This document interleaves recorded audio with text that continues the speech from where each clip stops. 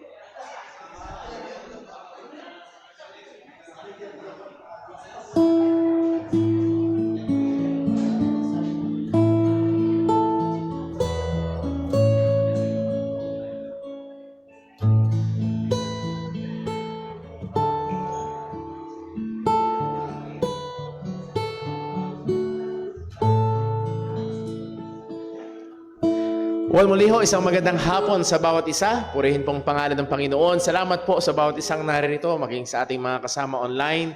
We praise and thank God sa patuloy niyang biyaya at kabutihan sa atin kayong umaga sa ating evangelistic service and extra special na tanghalian. Purihin ng Panginoon. At kanina ay umawit ang ensemble.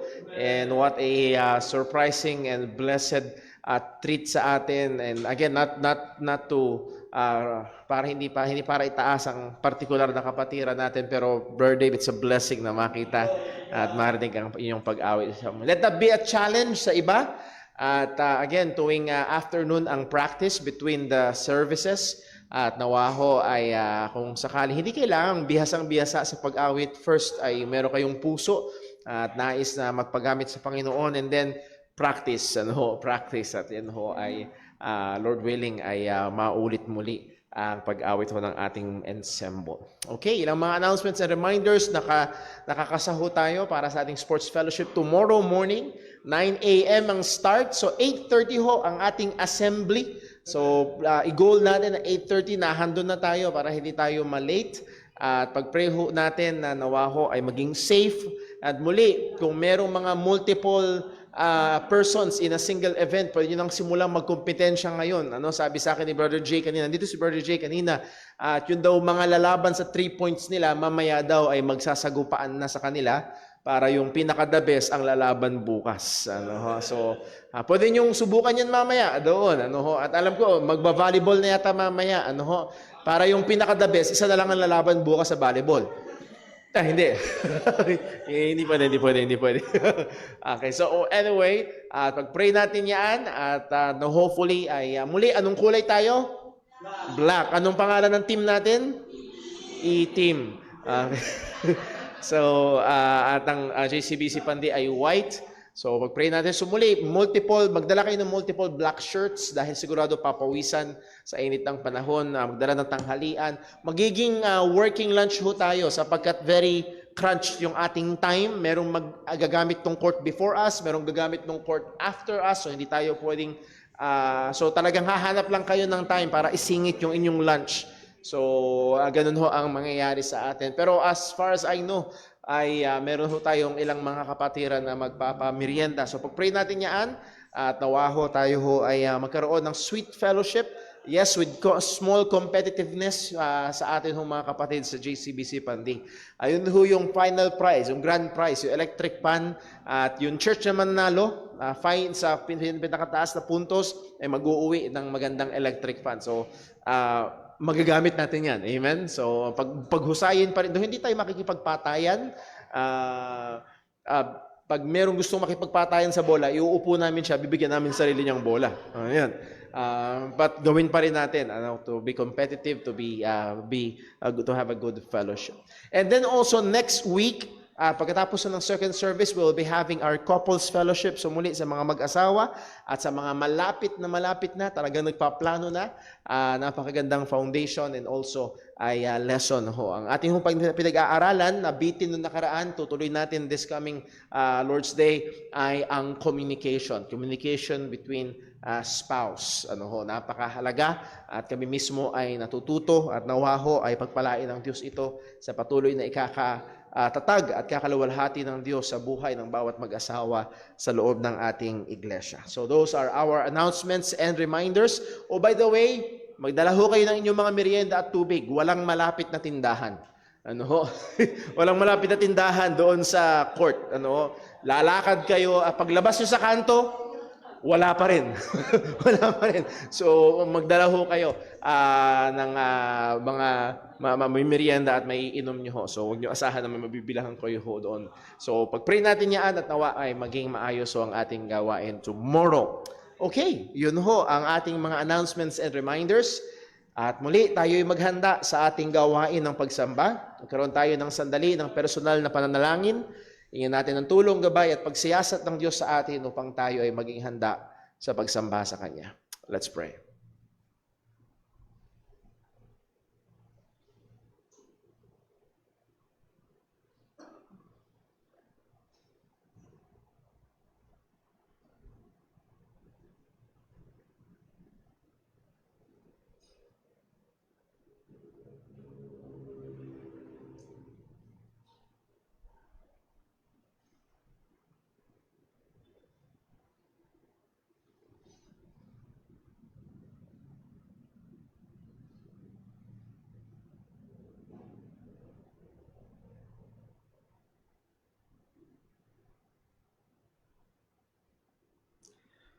Manalangin po tayo.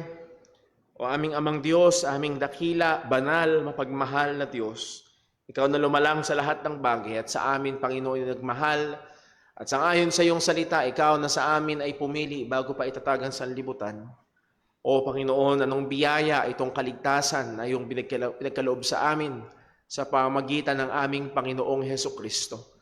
Na kami na mga rebelde, kami na mga walang pagnanasa sa iyo, kami na mas nagmamahal sa dilim kaysa liwanag, ay inabot ng iyong biyaya, Panginoon, at nilapit mo sa aming Panginoong Hesukristo.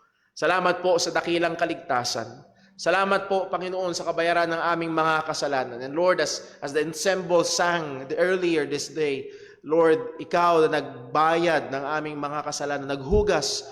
At Lord, salamat sa pagkatunay ang iyong puot ay nasatisfied through the propitiation of our Lord Jesus Christ. Salamat, O Diyos, sa mga katotohanan nito.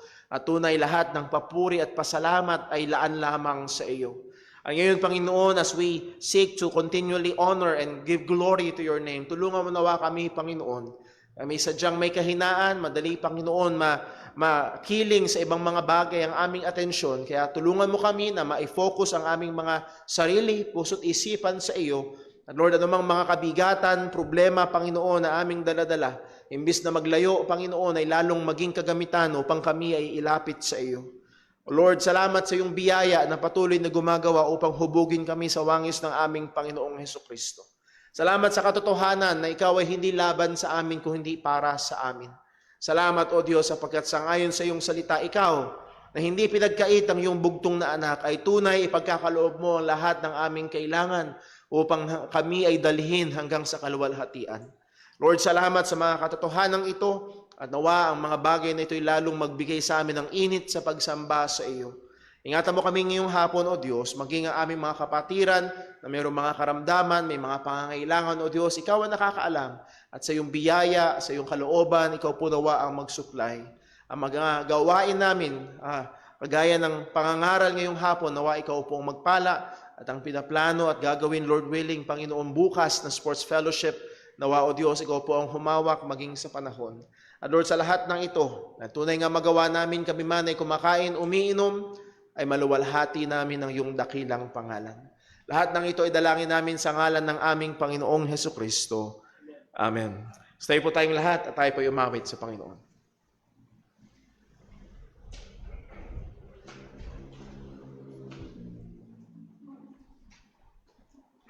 Tayo po umawit sa Panginoon. Nawitin mo natin in Christ alone.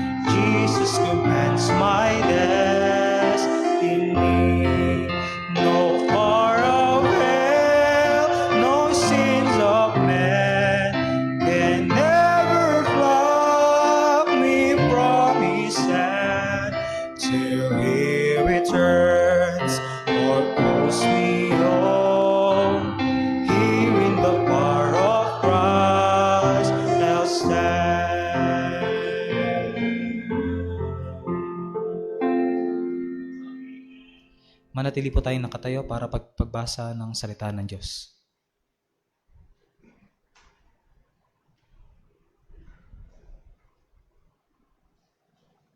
Para po sa pagbasa ng salita ng Diyos, punta po tayo sa mga gawa. Chapter 9, verses 10 to 23. Sabay-sabay po natin basahin. Ready? Read. Sa 10 na po tayo. Noon ay may isang alagad sa Damasco na ang pangalan ay Ananias.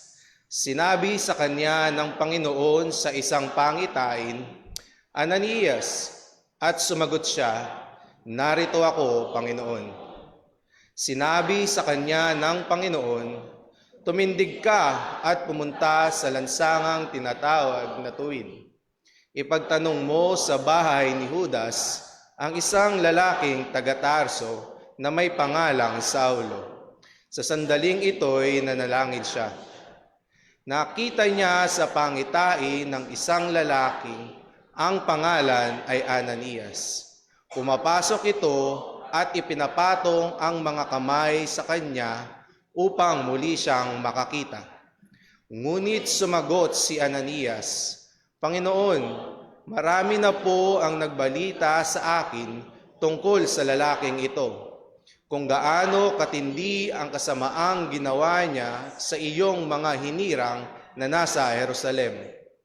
Mayroon siyang pahintulot mula sa mga punong pari na igapos ang lahat ng mga tumatawag sa iyong pangalan. Ngunit sinabi sa kanya ng Panginoon, humayo ka, sapagkat ang lalaking ito ay isang kasangkapang pinili ko upang dalhin ang aking pangalan sa harapan ng mga hentil at ng mga hari at ng mga anak ni Israel. Ipapakita ko sa kanya kung gaano karaming bagay ang dapat niyang tiisin alang-alang sa aking pangalan. Kaya't umalis si Ananias at pumasok sa bahay. Ipinatong niya ang kanyang mga kamay kay Saulo at sinabi niya, Kapatid na Saulo, isinugo ako ng Panginoong Hesus na nagpakita sa iyo sa daan sa iyong pagpunta rito upang muli kang makakita at mapuspos ng banal na espiritu. Agad na laglag mula sa mga mata ni Saulo ang bagay na parang mga kaliskis at muli siyang nakakita. Tumayo siya at binautismuhan. Pagkatapos niyang kumain ay nanumbalik ang kanyang lakas. Sa loob ng ilang araw ay kasama siya ng mga alagad na nasa Damasco. Agad ipinangaral ni Saulo sa mga sinagoga na si Jesus ang anak ng Diyos. Nagtaka ang lahat ng nakarinig sa kanya.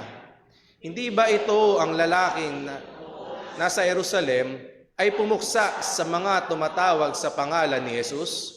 Tanong nila. Hindi ba't naparito siya upang sila'y dalhing bihag sa harap ng mga purong pari?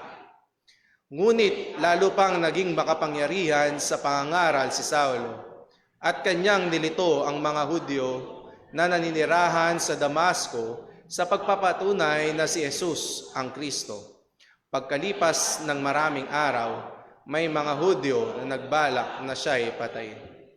Purihin ng Panginoon, sa pagkabasa ng kanyang salita, maaari na po tayo magsiupo.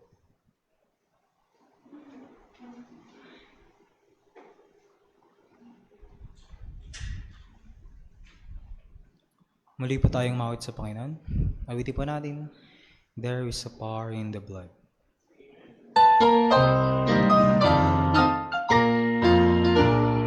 Would you be free from your burden of sin? There's power in the blood, power in the blood. Would you reveal a victory to me? There's wonderful power in the blood. There is power, power, wonder-working power in the blood of the Lamb. There is power, power, wonder-working power in the precious blood of the Lamb. Would you be free from your passion and pride? There's power in the blood, power in the blood. Come for a cleansing to Calvary's side. There's wonderful power in the blood. There is power, power, wonder-working power in the blood of the Lamb. working part in the precious blood of the Lamb. Would you be whiter, much whiter than snow? There's power in the blood, power in the blood. Sin stains are lost in its life-giving flow. There's wonderful power in the blood. There is power, power, wonder-working power in the blood of the Lamb. There is power, power, wonder-working power in the precious blood of the Lamb. Would you do service for Jesus your King? There's power in the blood, power in the blood. Would you like daily His praises to sing? There's wonderful power in the blood. There is power, power, wonder-working power in the blood of the Lamb. There is power, power, wonder-working power in the precious blood of the Lamb. Tayo po'y magsitang lahat para po sa ating pagkakaloob.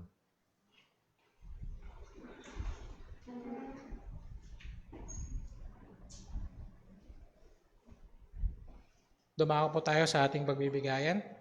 Basahin po natin ang ating Bible passage for giving. 2 Corinthians chapter 9, verse 6 to 8. Verse 6, ready, read. But this I say, he which soweth sparingly shall reap also sparingly, and he which soweth bountifully shall reap also bountifully. Every man according as he purposeth in his heart, so let him give, not grudgingly or of necessity, for God loveth a cheerful giver. And God is able to make all grace abound toward you, that ye, always having all sufficiency in all things, may abound to every good work. Purihin ang Panginoon sa pagbasa ng kanyang salita. Manalangin po tayo.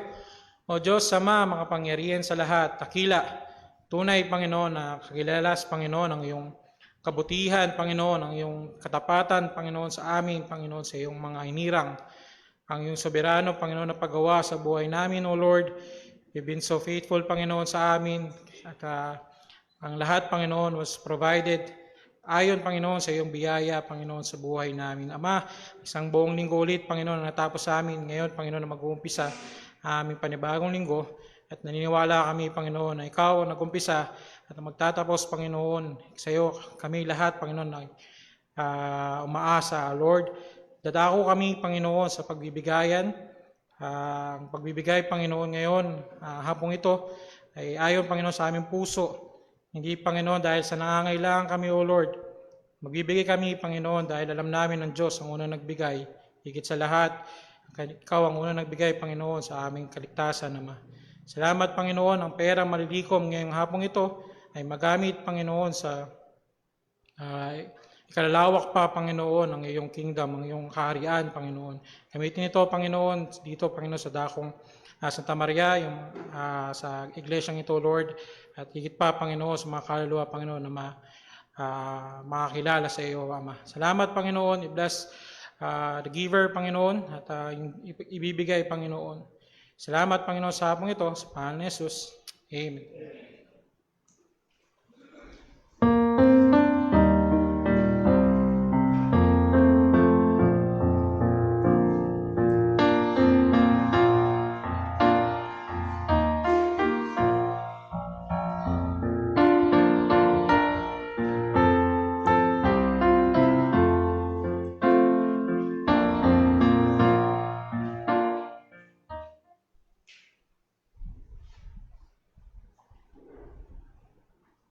Muli po tayong magsitang lahat. Tayo po'y mawit sa Panginoon. Awitin po natin, As the Deer.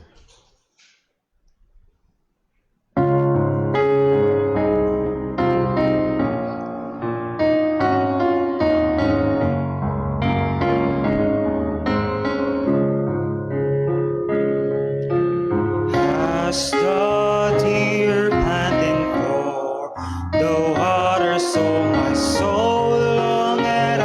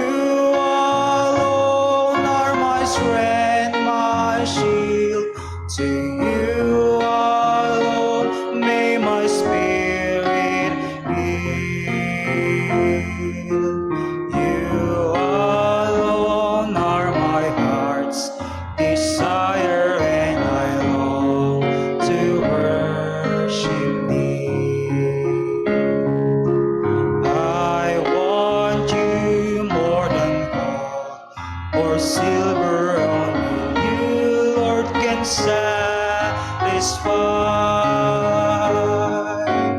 You alone are our will, joy giver and the apple of my eye. You alone are my strength, my shield. To you alone may my spirit yield. You alone are my heart's desire, and I long to worship thee.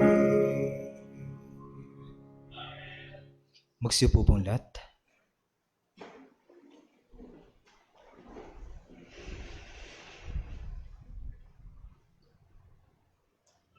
Magandang hapon po sa bawat isa. Ngayon po ay tumungo tayo sa ating pag-aaral ng salita ng Diyos. Isa po sa mga kinalakihan ko noon na animated series na isa sa mga ginawan din naman ngayon sa panahon natin ng cinematic film ay ang Transformers. Yeah. Baka hindi ko alam kung naabutan pa ng iba yung animated, ano. Ang ilan sa mga sikat na karakter dito ay sina Optimus Prime, si Bumblebee. Opo, ano, kung gusto niyo ng spoiler, kung ano nangyayari sa cinematic film, panoorin niyo na lamang po, ano. Sa una ay para silang mga normal na sasakyan, mga normal na truck, normal na jet o eroplano, pero sila'y magta-transform at sila'y magiging mga robot, ano. Sa panahon natin ay merong tinatawag nila ang sarili nila na mga transformers din daw sila, ano.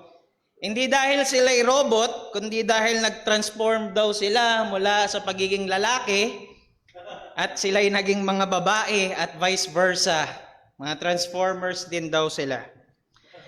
Ngunit sa ating pag-aaral ngayong hapong ito, patuloy po nating pag-aaralan ang buhay ni Saulo dahil siya'y isang halimbawa ng transformers. Hindi dahil isa siyang robot o hindi dahil nagpalit siya ng kanyang kasarian, kundi dahil itong si Saulo ay binago ng Diyos. Siya ay binago ng Diyos mula sa pagiging makasalanan na galit kay Kristo. Isang makasalanan na umuusig at nagpapapatay ng mga Kristiyano. Ngunit ngayon, siya'y naging isang mananampalataya, siya'y naging isang Kristiyano. At siyang gagamitin ng Diyos upang mas marami pa ang makakilala kay Kristo. Bago po tayo tumungo sa ating pag-aaral, tayo po'y humingi muna ng paggabay sa ating Panginoon. O Diyos naming dakila, aming Ama na makapangyarihan sa lahat. Kami po'y lubos-lubos na nagpapasalamat at nagpupuri sa iyo, Panginoon, na muli ay pinagtipon mo po kami sa iyong bahay-sambahan. O Diyos, napakasarap umawit at sumamba kasama ang mga mananampalataya mo, Panginoon. Lord, sa oras po na ito, hayaan mo po kami na mag-aral ng iyong mga salita. Humihingi po kami ng paggabay, ng karunungan sa iyo, Panginoon. Pagkalooban mo po nawa ng kapangyarihan, ang pangangaral ng iyong mga salita. At nawa, Panginoon, ikaw ang siyang kumilos, ikaw ang mangusap, at ikaw ang magturo sa aming mga puso. Gamitin mo, Panginoon, ang iyong lingkod. Nawa, Panginoon, ay makapagbigay po kami ng kalwalatian sa iyo. Ito po ang aming samot dalangin sa matamis at mapangyarihang pangalan ng aming Panginoong Jesucristo. Amen at amen. Ito po yung magiging mensahe natin o yung magiging punto ng ating pag-aaral ngayong hapong ito. Ang Diyos ay nagliligtas. Ngunit hindi iyon natatapos doon. Sang-ayon sa kanyang kapangyarihan ay kanya ring binabago ang buhay ng kanyang mga iniligtas upang sila o tayo ay maging ayon sa wangis ni Kristo. Meron pong isang lawyer na ang pangalan niya ay Frank Morrison. Siya isang lawyer na hindi mananampalataya. At ang sabi niya, meron daw two biblical events na kapag yun ay na-overturn, ibig sabihin ay na-prove natin na hindi totoo. Itong dalawang biblical events na ito, babagsak ang Christianity. Yung una ay yung resurrection of Christ. Kapag napatunayan na hindi totoo ang muling pagkabuhay ni Kristo, babagsak ang Kristyanidad. At yung pangalawang bagay ay ito pong conversion of Saul of Tarsus. Yung pagkaligtas ni Saulo ng Tarsus. So bilang isang lawyer at bilang isang researcher, siya ay nag-aral. Nagkalap siya ng mga ebidensya patungkol dito. At nagtingin siya ng mga extra-biblical. And when we say extra-biblical, mga ebidensya na nasa labas ng salita ng Diyos. At alam niyo po, ano kanya natagpuan? Nakita niya na ang lahat ng mga ebidensya ay umaayon. Umaayon na totoo nga na si Kristo'y muling nabuhay. At totoo na merong Saulo na binago ng Diyos ang kanyang buhay. And this lawyer, si Frank Morrison, who was an atheist, who was an agnostic, who was an unbeliever, ay nagsuko ng kanyang buhay sa Panginoon. Alam niyo po, maraming mga tao all throughout the history ang nagnais at nagbalak na pabagsakin ang Kristyanismo. Pag pinag-aralan ninyo ang history, napakaraming nagtangka na pabagsakin ang Kristyanismo. At isa sa mga una nagtangka na gawin ito ay walang iba kundi si Apostol Pablo, si Saulo. At itong kaligtasan ni Saulo na isang chief of all sinners, persecutor of the church, ito po'y isang patunay na walang makasalanan ang hindi kayang iligtas ng Diyos sang-ayon sa kanyang kalooban. So going back sa ating pag-aaral dito po sa buhay ni Saulo, remember ang primary purpose ni Saulo, ang pangunahin niyang layunin ay pigilan ng pagkalat ng Kristyanismo. Yun ang gusto niya, pigilan. Dahil nakita niya dumarami. So sabi niya, kailangan nating pigilan ito. Pero lingid sa kaalaman ni Saulo, mas lalo pa pala niyang ipinakakalat ang Kristyanismo. So the reason kung bakit tumakas, kung bakit lumabas ng Jerusalem ang mga Hudyo, mga mananampalatayang Hudyo, bakit? Kasi inuusig sila ni Saulo. Di ba? Kita nyo, ang gusto niya, pigilan na kumalat, pero siya pa naging dahilan. Kita ninyo ang probidensya ng Diyos. Pinipigilan niyang kumalat ang Kristyanismo, pero dahil pa sa kanya, nakarating ang Ebanghelyo sa Judea, nakarating ng Samaria, at umabot pa sa ibang mga bansa na nasa paligid ng Israel o ng Jerusalem. Akala ni Saulo, nagtatagumpay siya. Ang kala niya, yes, victory ito. Pero hindi niya alam, ginagamit pa pala siya ng Diyos.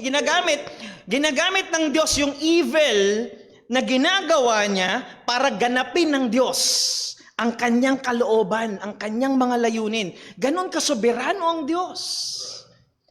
Na even do sa mga evil na mga bagay na ginagawa ng mga hindi mananampalataya ay kayang gamitin ng Diyos para ganapin ang kanyang mga layunin. Remember si Joseph? Sa Genesis, very good example. Madalas ang example nito na ang kanyang mga kapatid, pinagtangkaan siyang patayin, ibinenta pa siya. Ano sabi ni Joseph sa mga kapatid niya sa Genesis chapter 50 verse 20? Ang sabi niya, as for you, you meant evil against me. Yung mga ginawa ninyo, yung pinagtangkaan ninyo ang patayin, binenta ninyo ako, you meant evil against me. But God meant it for good. Ginamit ng Diyos itong evil na bagay na ito para ganapin yung kalooban ng Diyos, yung mabuting kalooban ng Diyos, to bring it about that many people should be kept alive as they are today. Ginamit ng Diyos para marami ang maligtas, physically speaking. Well, kung titignan po natin, hindi ko sinasabi na tama yung pananakop at pang-aalipin na ginawa sa atin ng mga banyaga noon, ano? Pero ginamit ng Diyos na paraan Ginamit ng Diyos sa paraan yon para mabuksan yung pintuan ng ebanghelyo sa ating mga dito sa atin, makarating dito sa Pilipinas. Kung hindi nangyari yon, baka humahalik pa rin tayo sa puno, ano, at sumasamba sa anito. Hindi natin masabi, hindi natin alam. Remember, isa sa mga most recent na pangyayari, si Pura Luca Vega, na ang purpose niya sa ginawa niya ay bastusin, pagkatuwaan ng Kristyanismo. Pero dahil sa ginawang art daw ang kanyang category. Sa ginawang art na ito ni Pura Luca Vega, siya'y ginawaran ng award na persona non grata sa iba't ibang mga lugar sa Pilipinas. Talagang award, General Santos City, Florida Blanca, Pampanga, Toboso, Negros Occidental, City of Manila, Bukidnon, Nueva Ecija, Cagayan de Oro, Laguna. Siya ang kauna-unahang Pilipino na mayroong ganitong karaming award na persona non grata. Imagine, yung evil na ginawa niya ay ginamit ng Diyos para ipakita na hindi natutuwa ang Diyos. Hindi natutuwa ang Diyos sa kasalanan. Kaya po mali si Gary V. Hindi natutulog ang Diyos. Siya'y gising. Ang Diyos ay buhay at hindi siya nalulugod sa kasalanan. Siya'y soberano at siya'y gumagawa at kumikilos sa lahat ng bagay sa mundong ito. At ito pong si Saulo, remember, ang isa sa mga credentials niya, siya'y isang Pariseo. Siya isang Pharisee. At kung maaalala po natin sa pag-aaral natin going back sa ilang mga chapter sa Book of Acts, ang isa sa mga dahilan kung bakit galit ang mga Pharisees sa mga Kristiyano, bakit? Bakit? Dahil nagtuturo sila ng resurrection, ng muling pagkabuhay. Against sa doktrina ng mga Pharisees, ang resurrection. Hindi sila naniniwala sa muling pagkabuhay. Pero, sa tagpong ito, sa Acts chapter 9 verse number 5, kinatagpo ni Kristo ng Panginoong Yesus na muling nabuhay, kinatagpo niya si Saulo. Nung biglang may pumalibot, remember pumalibot na napakaliwanag na ilaw kay Saulo. Sabi ng chapter 9 verse 5, and he said, "Who art thou, Lord?" And the Lord said, "I am Jesus, whom thou persecutest. It is hard for thee to kick against the pricks." Nagpakita ang Panginoong Jesucristo sa kanya. Kinatagpo siya ng Panginoon, bagamat naroon yung taliwas sa kanilang doktrina itong muling pagkabuhay, pero ang muling nabuhay na Jesus ay nagpakita sa kanya. At bilang isang Pariseo, hindi nga siya naniniwala doon. At kaya nga, ganun siyang kagalit sa mga Kristiyano na nagtuturo. Bakit? Kasi gusto niyang i-keep pure. Gusto niyang pangalagaan yung kanilang relihiyon na Judaism. Gusto niyang pangalagaan yung tradisyon nila, yung relihiyon nila. So kung titignan natin, para kay Saulo, para sa kanya, tama yung ginagawa nila. Kaya nga, di ba, ang ginamit niya, sabi niya, for zeal, right? Na dahil sa kasigasigan, para dun sa tradisyon, ay nagpe-persecute siya ng mga mananampalataya. Gusto niyang i-keep pure yung kanilang tradition, yung kanilang religion. So para sa kanya, naluluwalhati niya ang Diyos sa ginagawa niya. Para sa kanya, natutuwa ang Diyos, nalulugod ang Diyos. Pero narito, yung hindi niya pinapaniwala ang nabuhay muli, ay nagpakita sa kanya ang Panginoong Jesucristo. And yes, bagamat ang makikita natin dyan sa text na yan, kung dyan lang tayo magdedwell, ay nangusap ang Panginoon. Na it could be na makita natin, baka voice lang ang nakita niya. But I believe na according din sa salita ng Diyos, ay nakita niya mismo ang Panginoong Jesucristo. Siguro magtingin lang po tayo. Sabi niya sa verse number 17, ang sabi sa verse 17, and Ananias went his way and entered into the house and putting his hands on him. Ito na yung magkasama ni si Saulo, maging si Ananias. Sabi niya, Brother Saul, The Lord Jesus, or the Lord even Jesus, that appeared unto thee in the way as thou camest. No? So si Ananias, ni-recognize niya na si Saulo, nakita niya mismo ang Panginoong Jesus, ang muling nabuhay na Panginoong Jesucristo. And even si Barnabas, yung kanyang testimony kay Apostle Paul, kay Saulo, sa verse number 27. Verse number 27, sabi niya doon, ito na yung pagkakataon na dinala ni Barnabas si Saulo sa mga apostol. Sabi niya, but Barnabas took him and brought him to the apostles and declared unto them how he had seen the Lord in the way. So nakita niya. Nakita mismo ni Apostol Pablo ang nabuhay, muling nabuhay na Jesucristo. So kita niyo po kahit gaano pa tayo kasincere doon sa religion na pinangahawakan natin, hindi po sapat yung sincerity natin para tayo ikaligtas.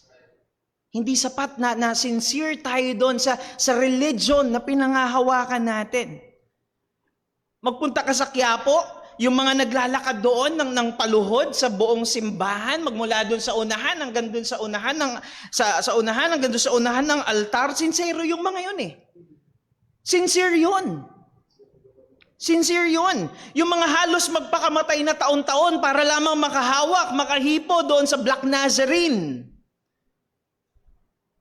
Remember, taon-taon makikipagbuno sila roon. Sincere yun.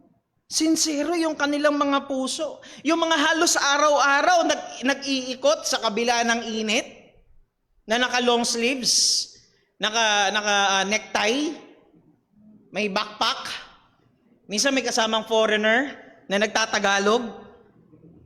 Sa gitna ng init ng araw, sincere yun. Sincero yung mga yon. Marami tayong mga kakilala sa ibang mga relihiyon na sincero sa kanilang pinaniniwalaan. I remember may mga nabahagian ako noon ng ebanghelyo na hindi man lang pakikinggan ang pangangaral ng ebanghelyo. Bakit? Kasi doon na sila lumaki sa kanilang relihiyon, doon na rin daw sila mamamatay. Ganoon sila kasincere sa kanilang pinaniniwalaan. Ngunit hindi po tayo kailanman ililigtas ng ating sincerity. Hindi nakakapagligtas yung pagiging sincere ng ating mga puso. Maging ang pinaka-sincere man na tao sa kanyang relihiyon ay hindi maliligtas. Maliban na lamang kung katagpuin siya ni Kristo sa pamamagitan ng pagkilos ng banal na Espiritu. At narito tayo sa tagpong ito. Si Saulo na ganon ka-sincere, yung zealousness niya sa kanyang tradition, sa kanilang religion, sa Judaism, yung sincerity ng puso niya na nais niyang i-keep pure yung religion. Pero hindi iyon ang nagligtas sa kanya. Nakakilala siya, naligtas siya dahil kinatagpo siya ng Panginoong Jesucristo, isang chief of all sinners. Siya ang leader, siya ang may pakana ng lahat ng mga persecution, ng lahat ng mga pag-uusig noon sa mga Kristiyano. Siya ay isang Pariseo, na katulad ng marami sa kanila ay isang self-righteous person. But listen to this, kinahabagan siya ng Diyos. Kinahabagan siya ng Diyos. Iniligtas ng Panginoong Hesukristo si Saulo. And now, mula doon sa mga bagay na iyon, kung paanong si Saulo noon, makikita naman po natin ngayon yung mga pagbabago na ginawa ng Diyos o ginagawa ng Diyos. Actually, ito yung mga drastic na changes or transformation sa buhay ni Saulo simula nang makakilala siya kay Kristo. Well, may kanya-kanya po tayong salvation experiences.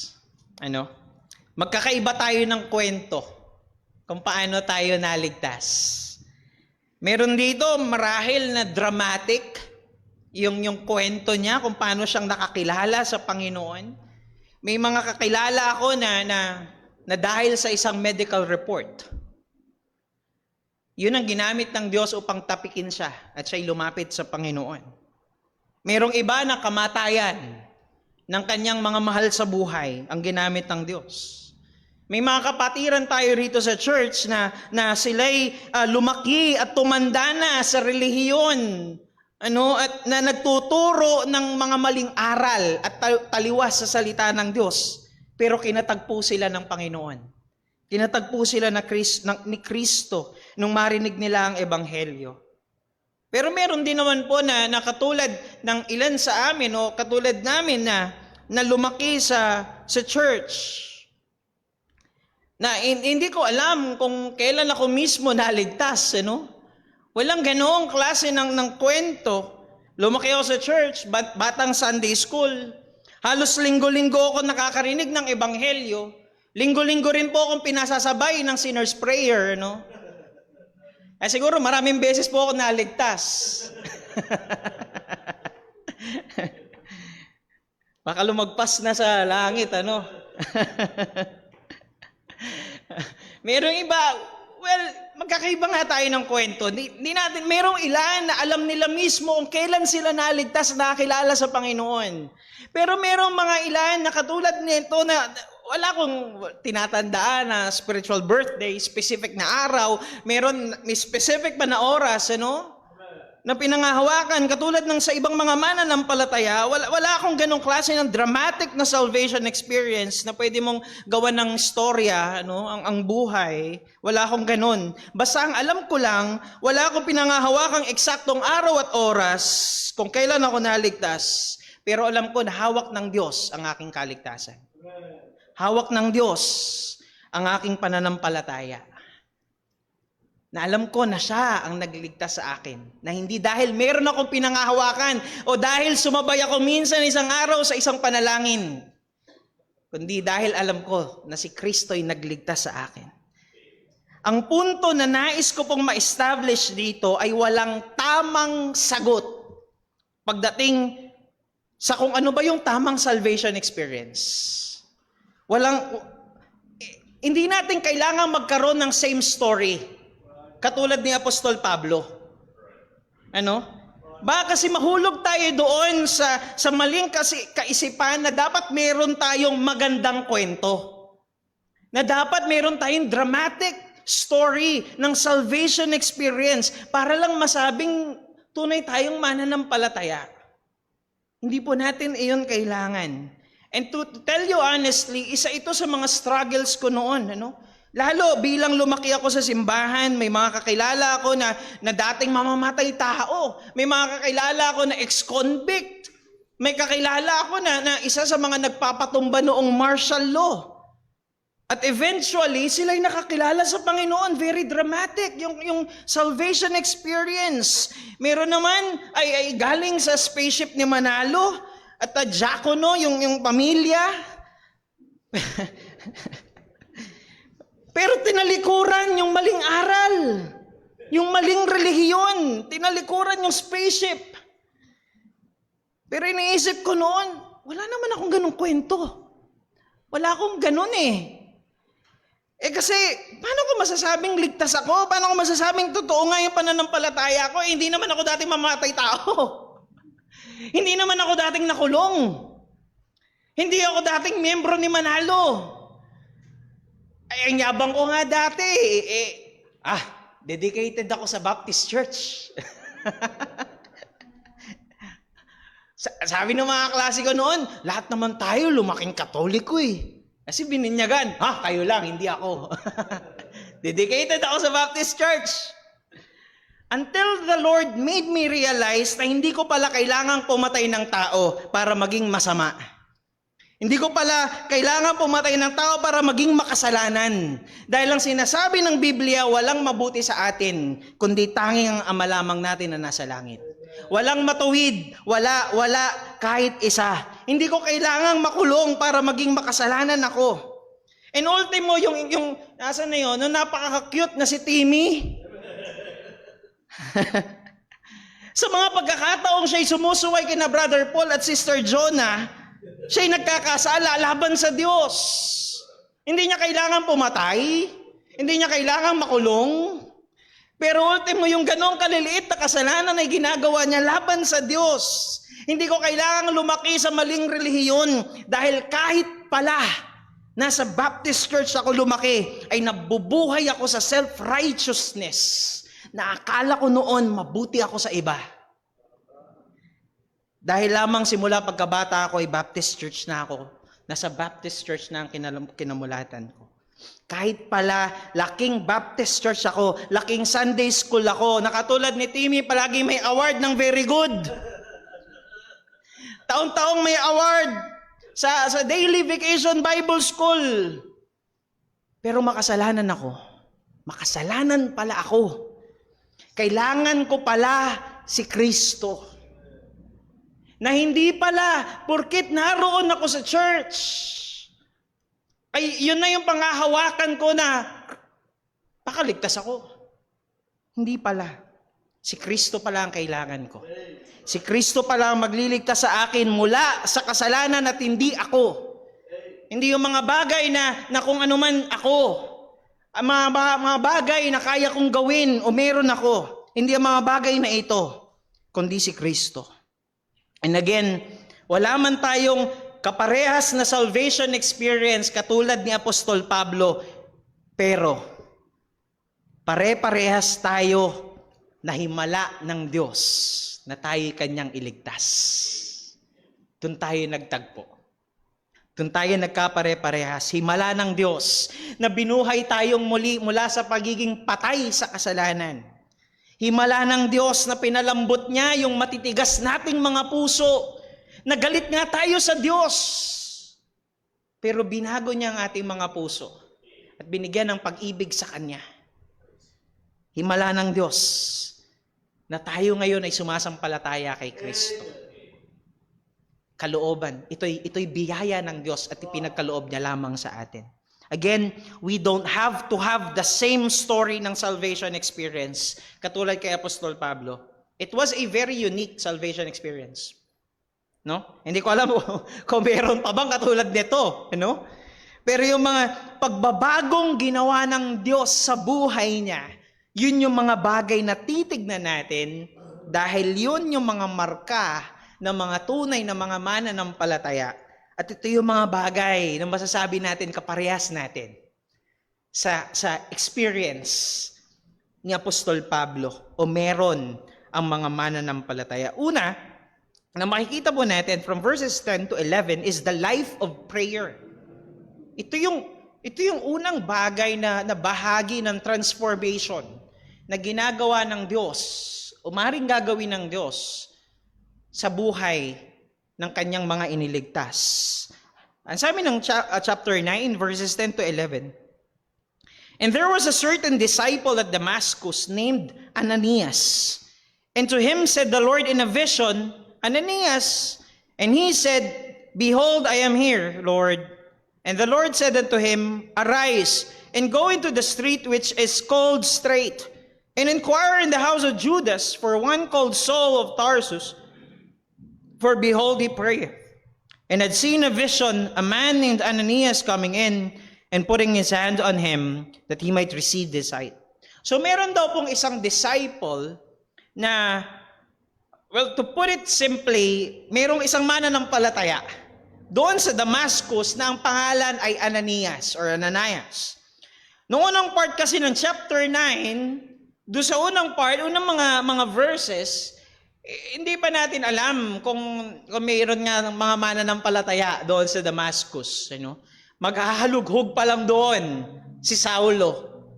Well, humingi siya ng letter, permission letter, na kung may matagpuan siya doon, huhulihin niya. Pero marahil hindi pa siya ganoon kasigurado, pero maaaring nabalitaan niya na. Pero dito sa verse number 10 and 11, particularly sa verse number 10, nakita natin na mayroong mananampalataya doon sa Damascus.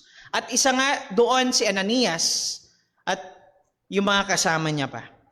Well, tignan po muna natin, sino nga ba itong si Ananias? Ang sabi ng verse number 10, he was a certain disciple. Siya isang disipulo, siya isang tagasunod ng Panginoong Jesucristo. And fast forward sa Acts chapter 22, ikinwento ulit ni Apostol Pablo itong si Ananias. No? Alam niyo, makikita niyo rito, very significant itong si Ananias para sa kanya.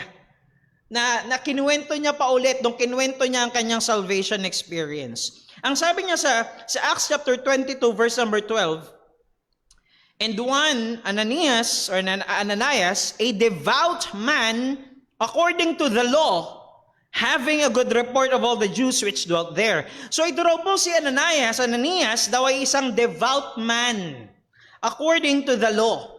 Sa buong book of Acts, pag pinag-aralan po natin sa buong book of Acts, meron lamang 3 beses na ginamit ni Luke to describe itong word na devout according to the law.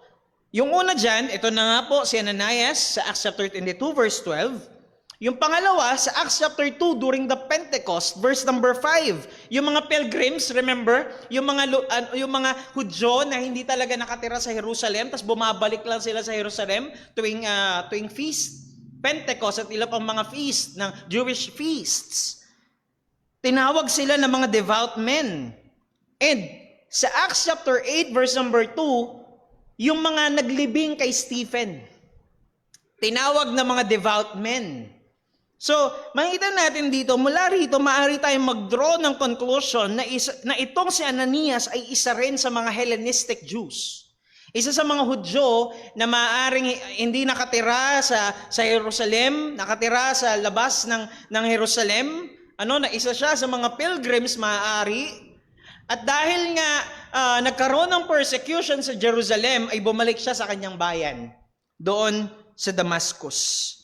At ang sabi pa sa next part, sa Acts chapter 22 verse 12, itong si Ananias, having a good report of all the Jews which dwelt there. So ito raw po si Ananias ay isa sa mga well-respected men.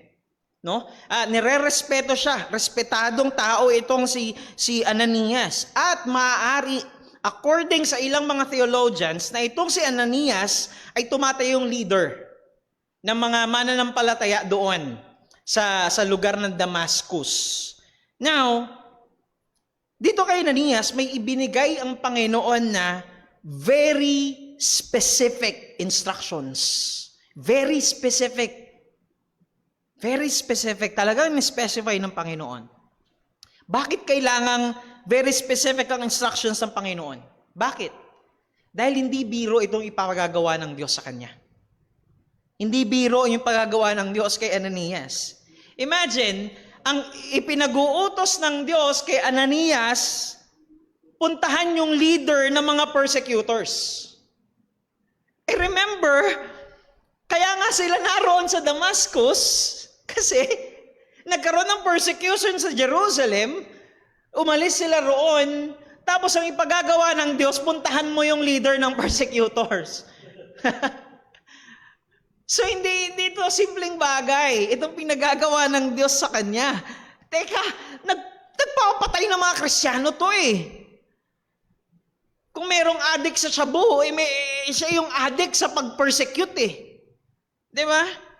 Pinahirapan nito at pinakulong yung mga mananampalataya. Ito yung number 1. Hindi number 1 fan, kundi number 1 na persecutor ng mga mananampalataya. But the Lord has given Ananias a very specific instruction. Bakit? Dahil para mapanatag yung loob ni Ananias. Huwag kang mag-alala, Ananias. Harmless na itong taong ito. No? Ananias, wala kang dapat ikatakot. Binago ko na ang puso niya. Tingnan natin, ano yung mga specific, based dun sa text, ano yung mga specific na instructions ng Panginoon? Una, yung specific street. Yung specific na kalye kung saan niya matatagpuan itong tao na ipapahanap ng Diyos sa kanya. Ang sabi dun sa verse number 10, street called straight. Ang sabi ng Panginoon, pumunta ka doon sa lugar na tinatawag na straight or tuwid. Siguro po ito yung literal na daang matuwid, ano? Mga dilawan siguro yung nakatira dito sa kalyeng ito. And the Lord has given him instruction Pumunta ka doon sa street na tinatawag na tuwid. Sa street na tinatawag na straight. At mayroong specific house. Hindi ka lang basta pumunta doon sa kalye, hanapin mo ron, may specific na bahay kang pupuntahan doon. Ang sabi doon, yung house of Judas. Yung bahay ni Judas. Doon sa kalye na tinatawag na straight, may specific na bahay doon, yung bahay ni Judas, puntahan mo yun. At pagdating mo doon, ang sabi ng Panginoon kay Ananias, may specific na tao kang pupuntahan doon. Ang pangalan niya ay Saul of Tarsus. Saul of Tarsus. At itong si Saul of Tarsus, ang sabi ng Panginoon, malalaman mo na siya yon. Dahil merong specific na bagay, may specific vision na ipinakita ang Panginoon sa kanya. Nakita ka rin niya sa vision, Ananias, sabi ng Panginoon. And there is this specific thing, specific na bagay na ginagawa ang taong ito pag natagpuan mo siya, na alam mo na siya na ngayon. Sabi po ng, verse number 12, I think. Mali na ilagay ko rito. Verse number 12. Or verse number 11. Verse number 11.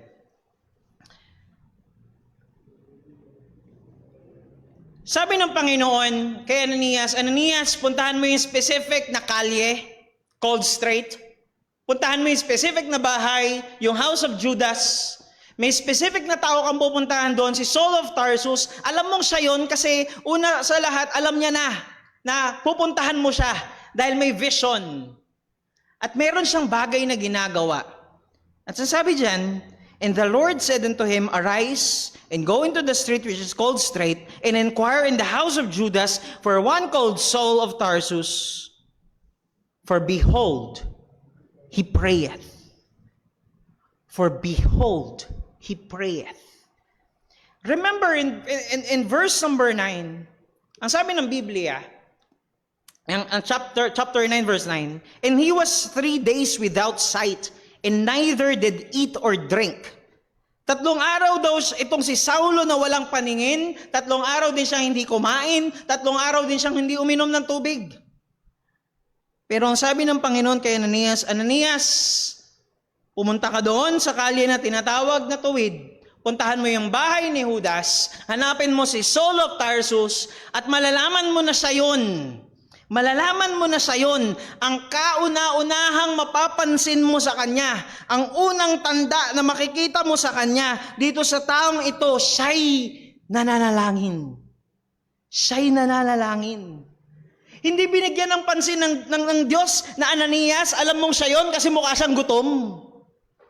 Ananias, alam mong siya yun kasi wala siyang paningin, kasi bulag siya. No. Hindi binigyan ng pansin ng Diyos, mukha siyang gutom, wala siyang kinain, wala siyang ininom, pero ang binigyan ng pansin ng Diyos dito, Ananias, alam mo na si Saulo yung matatagpuan mo doon dahil nananalangin siya. Mga kapatid, sabi ko nga, magkakaiba po tayo ng salvation experiences. At wala ni isa rito sa atin ang merong kaparehas na salvation experience ni Apostol Pablo. Pero narito ang isa sa mga tanda ng tunay na pananampalataya.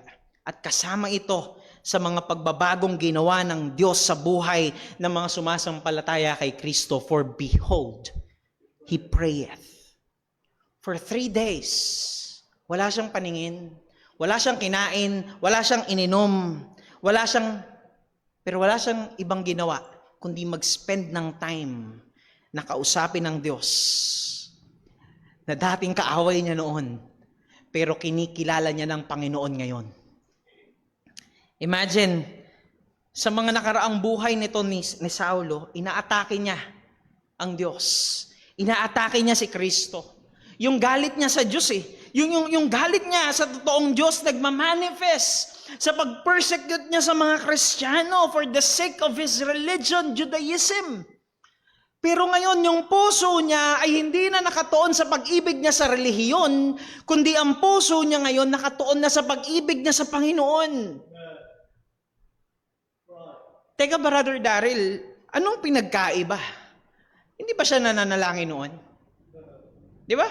Hindi ba siya nananalangin noon? Anong pinagkaiba? Hindi ba siya nananalangin noon o hindi pa siya mananampalataya? Well, si Saulo po ay isang Pariseo. Alam niyo po kung paano manalangin ng mga Pharisees?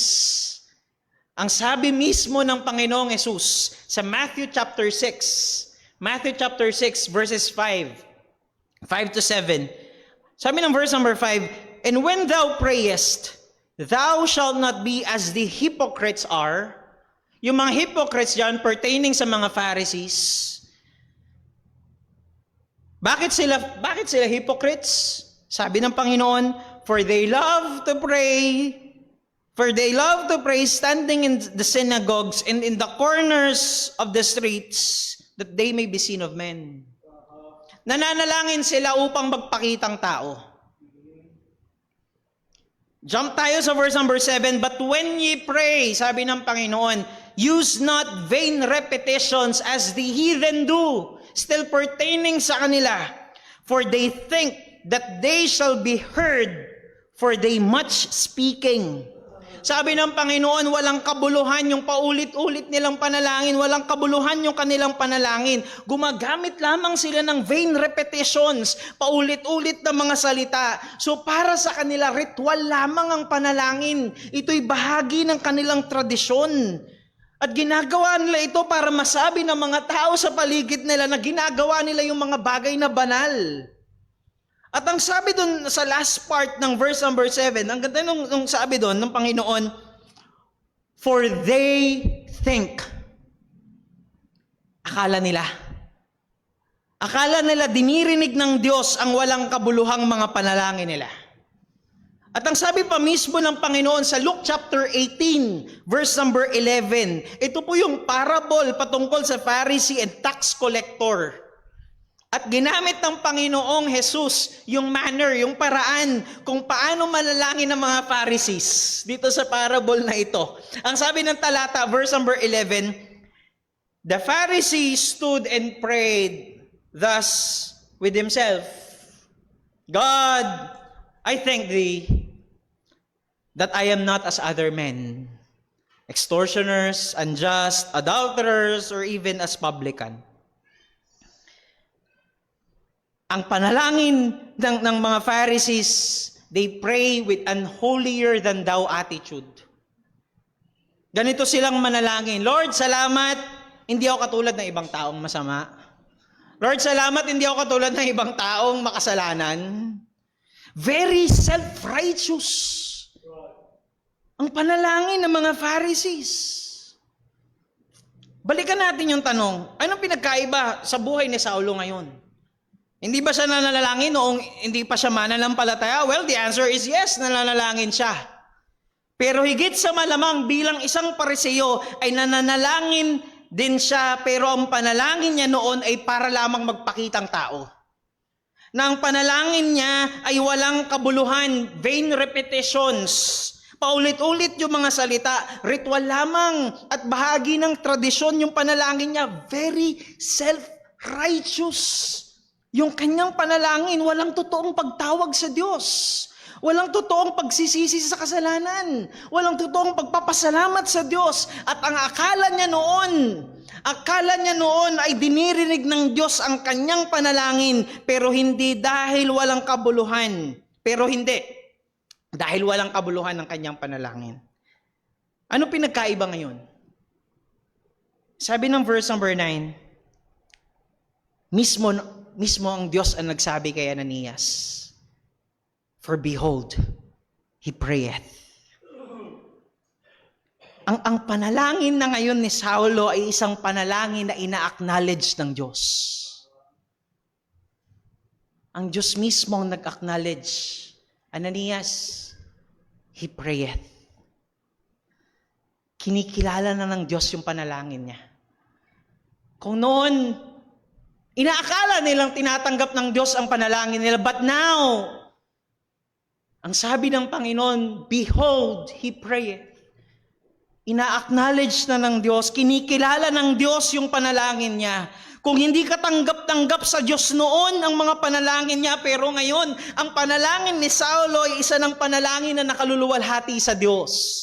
Akala niya noon, dinirinig ng Diyos yung mga panalangin niya, pero ngayon ay dinirinig na ng Diyos ang kanyang mga panalangin dahil katanggap-tanggap na ito sa ating Ama na nasa langit. Katanggap-tanggap na sa ating Ama na nasa langit ang panalangin ng kanyang mga anak. Mga kapatid, nagliligtas ang Diyos. Pero hindi yun doon natatapos.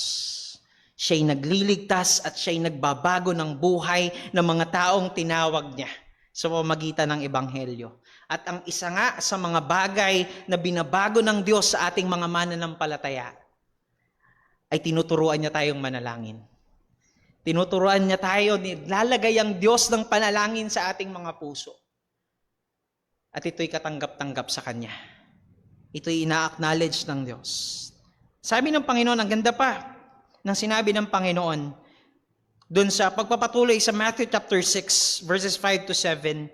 Napakaganda ng kasunod nun sa verses 8 and 9. Sabi ng Panginoong Jesus, "Be not ye therefore like unto them." Huwag kayong maging katulad ng mga Fariseyong ito.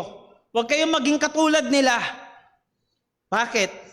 "For your Father knoweth what things ye have need of before ye ask Him." What a comfort. What a comfort. Na alam na ng Diyos. Alam na ng ating Ama yung mga kailangan natin bago pa man tayo humingi sa Kanya. Alam na ng Diyos yung mga kailangan mo. Alam na ng Diyos yung mga hihingin mo bago ka pa tumawag sa Kanya. Kaya nga ang sabi niya sa verse number 9, "After this manner, therefore, pray ye, our Father." Aming Ama. Ama namin.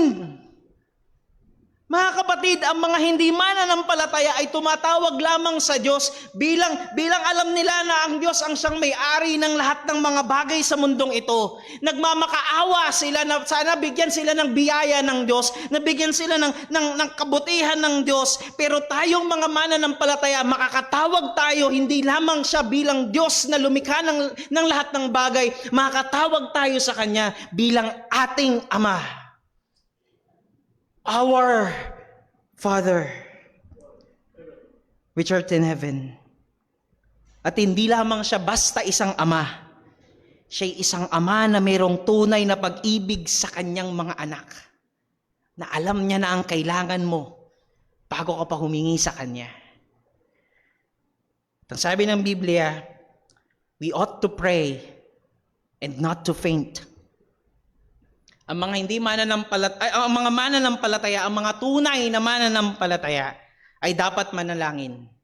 At hindi ito dahil lamang inuutos sa atin, kundi dahil ito'y biyaya ng Diyos. Biyaya ng Diyos ang panalangin. Well, hindi ko alam kung gaano kagulo sa panahong iyon ang isip ni Saulo. Maari na overwhelmed ang kanyang isip sa mga turn of events na nangyari sa kanya. Maaring punong-puno ng pagsisisi ang kanyang puso sa mga kasalanan niyang ginawa. Marahil ilang oras, ilang araw lang, gusto niya mag-persecute, pumatay pa eh. Pero ito, binago ng Diyos ngayon ang kanyang puso. Marahil sa mga panahong ito, binabalikan niya ano yung mga nagawa ko. Marahil hindi ko alam kung gaano ka-overwhelmed ang kanyang isip. At maaaring naroon din ang kagalakan na siya'y kinahabagan ng Diyos. Pero ang ginawa niya, ang naging comfort niya at lakas ay manalangin sa Panginoon. Tumawag siya sa Panginoon at kinausap niya ang Diyos. Hindi lamang bilang Diyos na lumalang ng lahat, kundi bilang Kanya ng Ama ngayon na nasa langit. Mga kapatid, isa ito sa mga bagay na ginagawa ng Panginoon sa atin na mga tunay na sumasampalataya sa Kanya. Huwag po tayong mapagod na manalangin. Dahil ang panalangin ay isa sa mga dakilang biyaya ng Diyos sa atin. Imagine, ito'y napakagandang pribilehiyo natin na makakatawag tayo sa Panginoon ng direkta sa Kanya Makakatawag tayo sa Kanya hindi lamang dahil Siya yung may-ari ng lahat, hindi lamang dahil Siya yung Diyos na manlilikha, kundi Siya'y ating Ama na nasa langit. Siya'y ating Ama na nasa langit. Ito'y dakilang biyaya ng Diyos sa atin mula nang tayo'y Kanyang iligtas. Lord willing, pag-aaralan natin sa susunod yung iba pang mga bagay na transformation o yung mga pagbabago na ginawa ng Diyos, hindi lamang dito kay Saulo, kundi maging sa ating lahat na mga mananampalataya. Tayo po'y manalangin. O Diyos naming dakila, aming Ama na makapangyarihan sa lahat. Kami po'y lubos na nagpapasalamat at nagpupuri sa iyo, Panginoon, dahil alam po namin na hindi mo lamang kami iniligtas, kundi binabago mo at patuloy mong binabago ang aming mga buhay upang kami maging ayon sa wangis ng aming Panginoong Hesukristo. O Diyos, salamat po sa dakilang biyayang ito namin pong natanggap mula sa iyo. Tunay nga, Panginoon, tunay nga, O Diyos, na hindi po kami karapat-dapat sa lahat ng ito. At nawa, O Diyos, ay tulungan mo po kami na maging mapagpasalamat sa iyo, pamamagitan ng aming araw-araw na paglakad sa katuwiran mo't kabanalan. Muli, O Diyos, kami po'y nagpapasalamat na nagpupuri sa iyo. Luwalhatiin ka, mapapurihan ka. Ito po ang aming samot dalangin sa matamis at makapangyarihang pangalan ng aming Panginoong Hesukristo. Amen at amen. Tayo pong lahat ay magsitayo at pong awitin ang ating pangwakas na awit.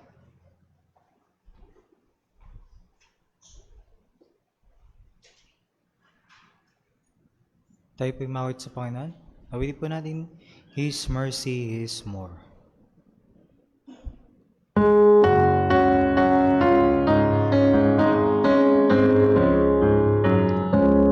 I'd love to remember no wrongs we have done. Omniscience, all-knowing, He counts not their song. Thrown into a sea without bottom or shore. Our sins, they are many, His mercy is more. But patient would wait as we constantly run. But Father so tender is calling us home. He welcomes the weakest, the vilest, the poor. Our sins, they are many, His mercy is more.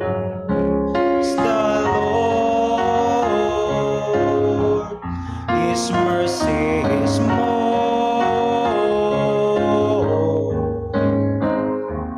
Stronger than darkness, you ever mourn. Our sins, they are many, His mercy is more. The riches of kindness Christ lavished on us. His blood was the payment, His blood was the cost. He stood in a debt we could never afford. Our sins, they are many, His mercy is more. Praise the Lord, His mercy is more.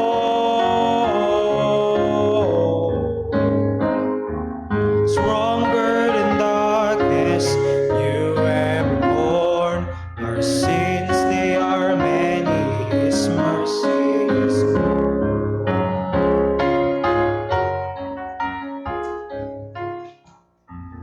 Purihin po ang pangalan ng Panginoon. Salamat po sa biyaya ng Diyos at maging sa bawat isang naririto at sa mga kasama natin online. At I will continually encourage us to meditate upon God's Word na atin na pag-aralan mula kanina sa Sunday School, kaninang umaga about the Gospel.